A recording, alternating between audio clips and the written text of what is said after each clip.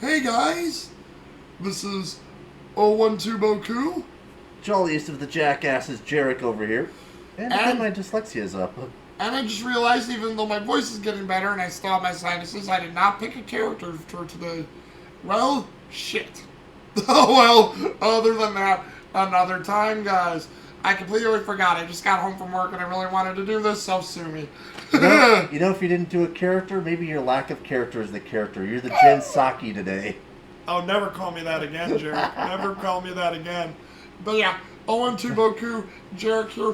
We're coming at you with another movie review. Apologies. I'm trying to make sure we get these out maybe within a week in advance, the anime and the movies we do. But there's a long list of everything, and sadly, I have another job, and I also am, well, to Jherick's whims. I mean, I know he's not always up for it, or he's tired at times, and he can't up it either. He's got his issues as well. We're artists. What are you gonna do? Yeah. So yeah, sorry it's been a while because I think it's been 11 days since we did Full Metal Alchemist. So again, I wanted to upload something sooner. I'm trying to work on that, but when you have tons of friends, and my friend in Florida knows this, but he's been a great source of movie income for me. And even though I'm behind on his movie reviews, don't worry, Simony, I will get to it. He's provided me with a bunch of entertainment and stuff that I want to show Jherick and stuff that will show you guys, or at least explain to you. But either way, sorry for being late, but we come with you today with... Yeah,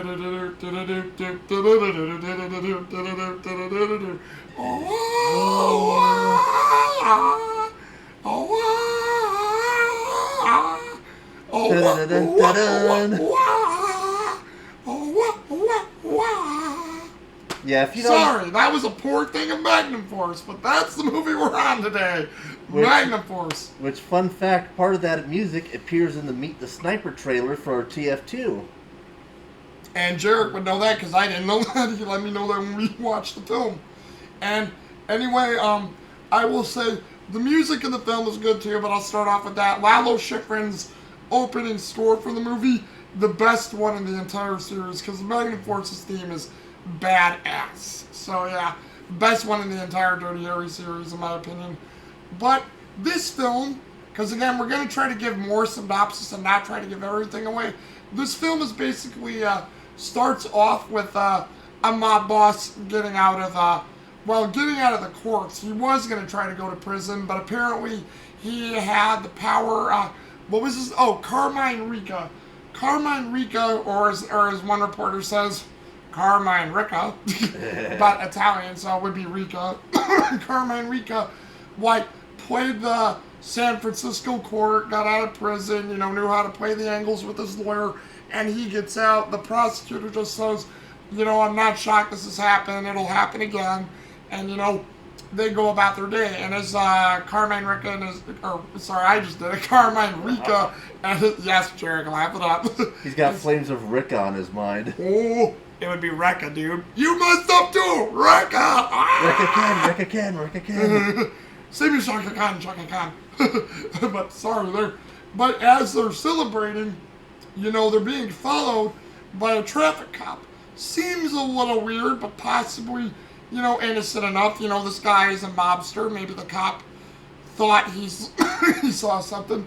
So they get stopped, go through the routine. The cop says that they were going a little fast on the road, and then as they're sort of mouthing off to the cop as he goes back to his bike, he's looking for the driver's looking for the car registration. All of a sudden, 357 Magnum takes out the driver to the head, shoots the passenger guy in the head, and then kills the lawyer and Carmine Rica in the back of the car rather brutally, and that's how the movie starts. I said license and registration, yeah.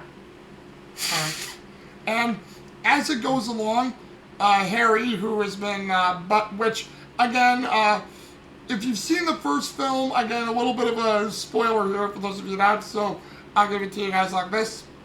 5, 4, 3, 2, 1. Okay, if you're still here, I'm sorry if I spoiled the ending. At the ending, when he kills Scorpio, he throws...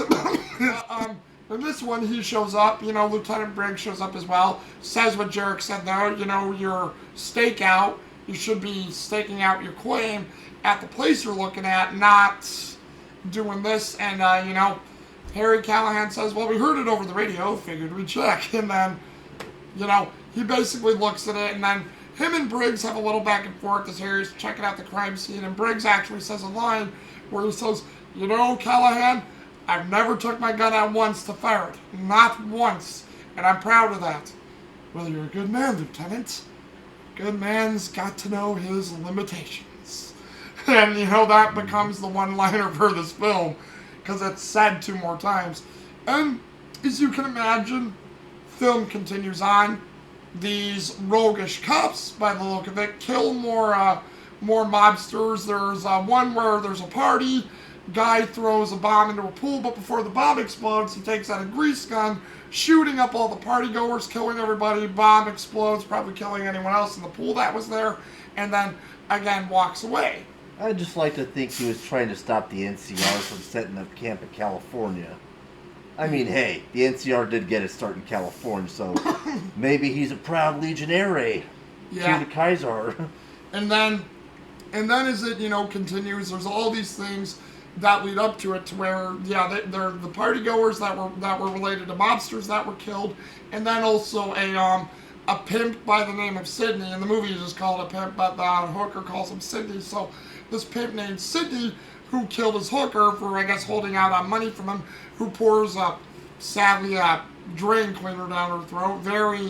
I heard that's based in truth, because I heard there were crime bosses and pimps who, if they worked with hookers, really did that with hookers, and some of them did that, so that's rather disgusting. But again, we were very passionate in the 60s and 70s about how we killed people, so, let me rephrase that in case people get the wrong idea, how criminals killed people.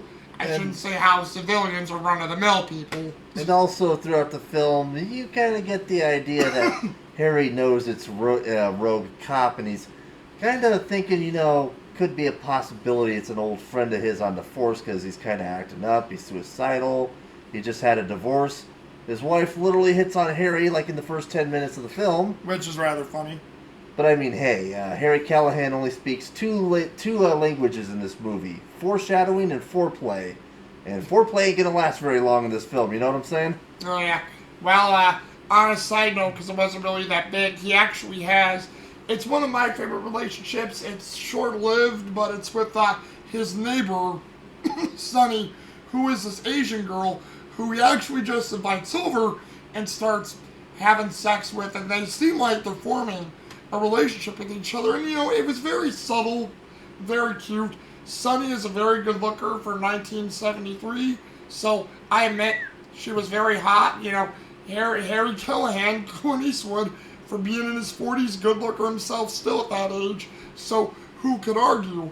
And hey, she knew exactly how to talk to him. Direct, state your business, don't overdo it, and hey, open up with beer. He loves beer. And the thing is, you also get this idea where like Jherick said, he thinks it's his friend Charlie McCoy who could be doing this, because he actually runs into Charlie McCoy, and Charlie McCoy is actually a small role in this, but he was actually given a high place on the main credits, played by Mitchell Ryan. But then I never understood it at first, but then I really did, because he was the character who sort of set up the catalyst for Harry having these suspicions about the rogue cops. And, like, McCoy has this line in the beginning where it's like, police work ain't what it used to be. Me and my wife had a fight. I'm just down about everything, Harry, because you know what? We've worked on the force for years. Hell, you've been here longer than I have, but you know what? Like, I'm tired of it. I'm tired of the system protecting cops. And, like, he puts it like this at the end. He's like, a hood can kill a cop, but what, a cop kill a hood? And, he just gets upset and he drives off. And at the same time, too, you don't want to fully agree with that, because, again, it could get out of hand. But at the same time, how many times have, like, and I don't want to mention current time, but how much have we seen that these days, too, where you want police to do their jobs, but they can't because of all the regulations, red tape, and all the rules that we have made. And there are good cops on the force. They're not all crooked, but they all can't do their jobs because hey, if you take out somebody who's doing wrong, or you're going to possibly get prosecuted. And I will leave, I'm not going to mention the cases, but the two recent cases where it did turn a little bad. And yes, one of them should have been prosecuted. The other, being that female one, and that's all I'll mention about that, shouldn't have been, because that was accidental, and considering how high-strung the cops have been, again, I can understand what Charlie McCoy is getting at. Now, I'm not going to get into that political arena, but I can agree with him a little bit on that, because, again, these films are based a little bit in real life and on truth, and the first film, I will mention on a side note here, because they mentioned this in both films on the special features. The first film was more of the conservative film, and this one is the more liberal-like film because of what they're sort of talking about with rules and regulations. And we'll get into a bit more of that, but as the film goes on, you realize that there are these rogue cops doing this, and it gets Harry, his new partner, Early Smith, and like a couple other people deep into this, and everybody's wondering, hey, they're taking out all these criminals, but they're going above the law, so should this be allowed or shouldn't it? And Harry's thinking the same thing, like, he makes jokes about it, but at the same time, he's like, I'm no friend of the system, but it's still there, and... Well, plus, I kind of love how with Early, we see them actually kind of keeping that continuity with us. It's like, Early, what's your last name? Death? It's like, haha, why did they say that? It's like, they're just taking a bet and pull on how long you'll last. What do you mean? My partners usually have a tendency to not make it. It's like, don't worry though, the last one did make it. Here's a school teacher now. Yeah. Which is kind of a reference to the guy from the last movie. Chico Gonzalez, yeah, because he did say he was going to go, he was going to become a sociology professor. I guess he did. And I mean, that's basically a bit of a quick synopsis of the film, because you can't go further without getting into it. But I'll give you guys another one. Oh, go ahead, Jherick. And fun fact, I actually have a cousin who's a cop. Well, had a cousin who's a cop.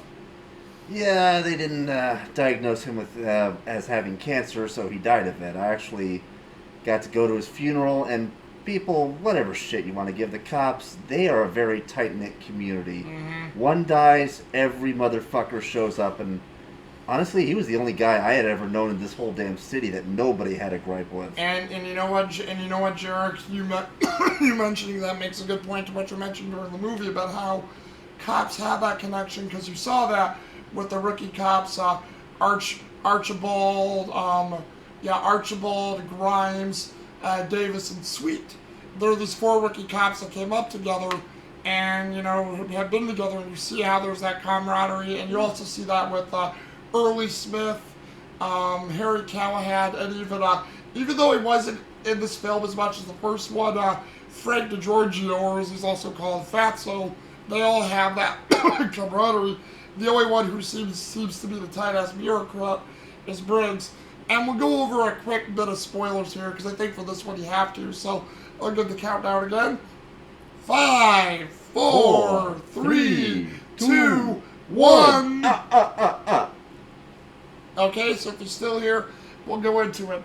Yeah, those rookie cops I mentioned are actually the ones who are the rogue cops, and they're under the tutelage, believe it or not, of Lieutenant Briggs. Which was a great plot twist, too, by the way, because, you're thinking this guy's like the most hard-nosed, fuck you, do it by the book. I would rather let the criminal go free than protect the citizens. And then you find out this is the shitbag authorizing it. And the fun thing is, he knows Harry so well from, all the stories, both in his department and the ones that get passed around, that when he gets the drop on Harry, he knows exactly what to look for. It's like your pistol and the 3 spare quick reloads you have. Well, the shells, you always carry 3. Yeah, and it's actually kind of brilliant. I mean, how... Because through the whole movie, you're thinking, there's all these little inconsistencies, and yeah, maybe some normal beat cops might miss this shit, but how did these guys get such a big-scale organization thing going where they're pulling off all these big time broad daylight hits and nobody's making the correlations. Well, would help if you had the chief or the Department of Internal Affairs on your side. Yeah. Well, again, did you? I'm probably gonna say this, Jherick. Did you pick up the line where it almost slipped, where you could have figured out it was him? A little bit, yeah. Yeah. Did you remember when after they because yeah, it was there was a part where they went after another gangster, Palancio, where there was a huge shootout because someone tipped off Palancio the cops were coming. Harry got hurt and he's being stitched up, and Briggs is arguing with Harry, and Harry started arguing him about the ethics of police work, and then Briggs actually lets out this shot, which sort of gives away his position, where he says people are guilty until proven it, and then he goes, you know what I mean. So he basically let it slip that everybody's guilty until proven innocent, which is exactly how cops who want to do, well, basically that is the idea of vigilantism. Plus, this movie does a really good job with its red herrings. Unlike you, Fred Jones, but seriously, I mean, throughout the whole movie, they're like trying to trick you with all these little things to keep you distracted. Like at first you think it's the suicidal cop buddy who's doing it. Mm-hmm. But then you see a certain thing happens and it's like, well, it can't be him, and you just keep thinking it's like there's all these little things they just kind of intersect, and you're thinking maybe it's this, and then something happens, you're like, wait a minute, who called in that anonymous tip? Why did he just say that? It's like, how did somebody get to that location so damn quickly when they were supposed to be on the other side of town? Yep. It's almost like it's, and I know I'm going to get shit for saying this, but it's almost a quasi-Noir movie. Because you just got all these great red herrings, misdirections.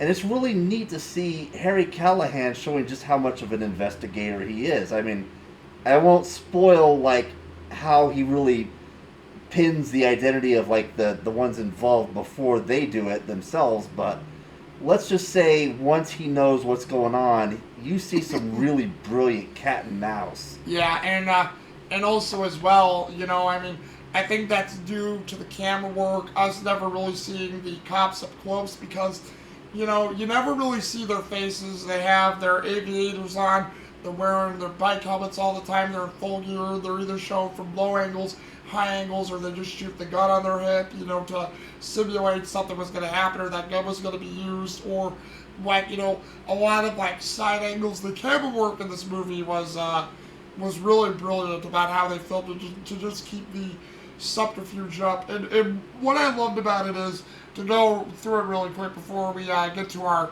characters and final thoughts, is that I love how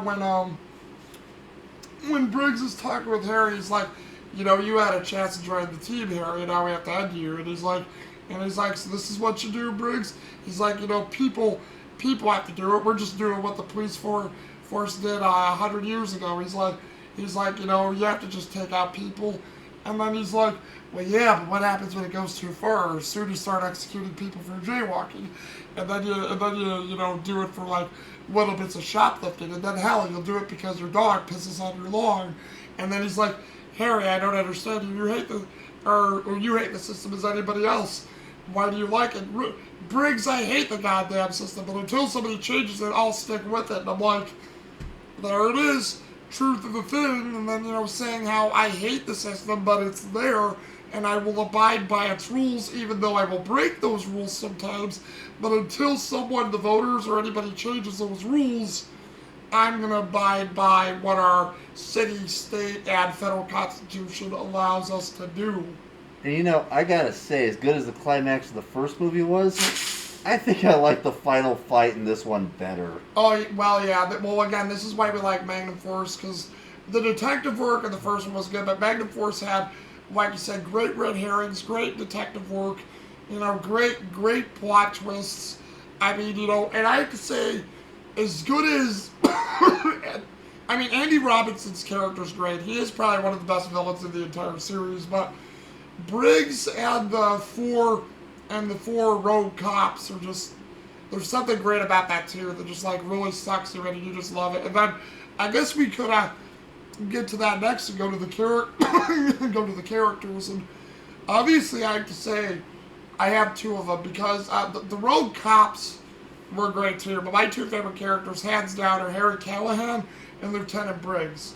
Because I love how they argue with each other. Clint Eastwood and Hal Holbrook, to me, had a lot of chemistry, angsty chemistry, angry chemistry. When they agreed, it was very small agreements, or they sort of saw eye to eye, but never really did. And then when you find out that Briggs is the villain, it's just this, like, hey, I'm the stuffed shirt, but no, I'm this seedy underbelly asshole. And it's like, like right at the part, and again, since I did the spoiler thing, it's still in existence, so if nobody wants to hear it, like, click off the video. But before Harry kills Briggs, he actually has a thing saying, Harry, I'm not going to kill you, but I'm going to prosecute you with your own system. You killed 4 cops, Harry, and who's going to believe your word over mine? You're a maniac, a killer, Harry. And, that's why I love it. Like, you would never think this stuffed shirt would have had the gumption to do this kind of roguish thing where they kill all the criminals because they're thinking, well, the courts ain't going to give us justice, so let's all do it. But then again, that's why I love John Milius. His whole basis for the film is it may be okay at first, but then when you keep doing it, you get that thirst for killing, and then you kill people for no matter what the reason. And then you just keep doing it because, oh, he looked at me funny. Bam, bam. Jinkies, Boku, we both agree on the same character. What are the odds of that happening? Oh, you two, dude, Harry Callahan, Hal Holbrook, and Clint Eastwood and all that? Like you said, man, I mean, the chemistry was just perfect. I mean, they played off of each other perfectly. It was just like one quip after another between them. It really felt like an actual working cop, lesser cop relationship. And plus, at times it was so tense, I almost felt like, hey, Harry, smell him a little. Yeah. And I will say it's a dark horse favorite because every film Harry Callahan has a partner minus Sudden Impact because he's sort of ostracized from San Francisco. We'll get into that when we get to that film. But I have to say Early Smith was my favorite partner of his because he's played by Felton Perry, and I don't know, Early had this thing where even though he hated how Harry was joking with him that you won't live long, the other cops were teasing him, they're sort of like with Chico Gonzalez, there was a chemistry, but I mean, with Early Smith, it fit better than any of the other characters. I don't know if it's because Felton Perry's acting was pretty good in the movie, or if him and, Clint Eastwood had good chemistry, but there was something about Early I just liked, that they worked together well, that even though they had their disagreements, they were there, and again, Harry trusted him with the knowledge of the rogue cops. Early didn't want to believe it, but he chose to believe it too. And there's a part where before they go their separate ways near the end of the film, Harry gives Early the bullet and says, "If anything happens to me, you give that to Briggs." And then Early goes, "Well, Harry, I believe you, but what if they both get us?" Then they win. And it's just like, it's like that idea that I love how Early Smith and Harry knows what's both at stake. And it's like, I ask a question, you give me the truth, and then it's like, shit, you're right. Yeah. So Early was gone too early. Yeah, and sadly, as he alluded to, again, spoiler, I won't do the countdown again, but again, sadly, the rogue cops put mail bombs in their mailboxes, and Harry finds his before Sunny, his girlfriend in this one, opens the mailbox. He tries to call Early to warn Early. Early looks like he's going to get the phone, but he goes back to his mailbox and sadly gets killed by the explosion, so that really sucked. I mean, I felt really bad for that, because like I said, I don't know what it is. Early Smith is my favorite partner that he had. I mean, Chico Gonzalez was good too, but, Early was there pretty much almost to the end of the film with him, and where Chico was sort of gone in the middle, but like Early was there almost with him to the entire end of the film, and it just sort of sucks that he had to die like that. It's like, man, that sucks. That's strange. I didn't know the Northern Ireland post office delivered to San Francisco. And if you know, you know. Exactly. And final thoughts is, pacing, the detective work, the comedy, the levels of violence, even though this is 1973, so don't worry, it's not anything too gory, but it's pretty violent for the film that it is, and you know, characters, acting, it's all top notch. I mean, I would rate it a 10 out of 10 because it is my favorite of the Dirty Harry series, just like my mom's, because there's something about it where the first one is a classic gem, nothing will beat it, and it's got, you know, the best one-liner line of his 44 Magnum, but, you know, man's got to know his limitations is pretty good too, and then the whole thing that just sums this movie up is absolutely beautiful, and like Jherick said, the subterfuge, the red herrings, the plot twists, really well done. Ted Post, the director, John Milius, I think Clint Eastwood was a producer, everybody working together on this, the actors, everybody did a brilliant job, so it was a really well done film, so like I said, 10 out of 10, it's aces in my books for final thoughts. Jherick, anything else to add? And let's just say you can tell that Clint Eastwood definitely had a hand in this production because, dear God, that man loves his Frisco. Yep. And hey, it was the 1970s, back when it was still a great place to live, so And honestly, good on you. And even though it no, sorry, Jherick. Is that it? That and, you know, just avert your eyes from all the polyester. I mean, it was the fucking 70s, we were all doing drugs, you know? But yeah, like, what I was going to say is, even though San Francisco was better at the time, as you sort of see with this film, it still was a bit of a cesspool, just like a lot of California probably became that way with the hippie movement, sadly. Well, and let's face it, Harvey Milk didn't exactly do the city as many favors as people like to think. That is also true. Yes, cry over that spilled milk, because, hey, he was also a friend of Jim Jones. Ooh. But, hey, what do you guys think? Do you guys like Magnum Force? Again, have you seen anything in the Dirty Harry series? If not, and if you guys like cop films, sadly,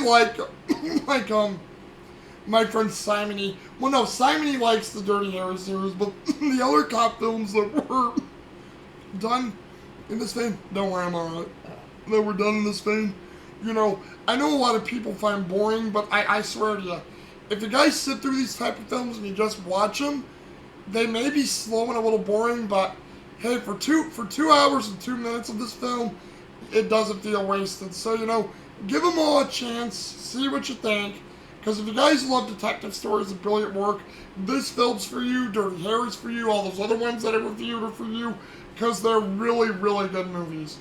But until then... Oh, and quick fun fact for all you Fallout 3 players, if you got the Broken Steel DLC, and for whatever reason you decide to blow up the Brotherhood of Steel using the nukes at the military base, well, if you go back to the Citadel and you scrounge around in the safe in the quartermaster's office, I believe, you can find a certain 44 Magnum that belonged to a Mr. Harry Callahan. You will, however, have to become the most evil son of a bitch in Capital Wasteland to do it. But it's a 44 Magnum, the most powerful gun in the Capital Wasteland. It'll blow your head clean off. So you gotta ask yourself, Super Mutie, do I feel lucky? Well, do ya, punk? Well said, Jherick. But yeah, leave a comment down below, guys. Tell you what you think. And we'll come back to you hopefully again soon with another review, alright? Deuces. Deuces, bitches.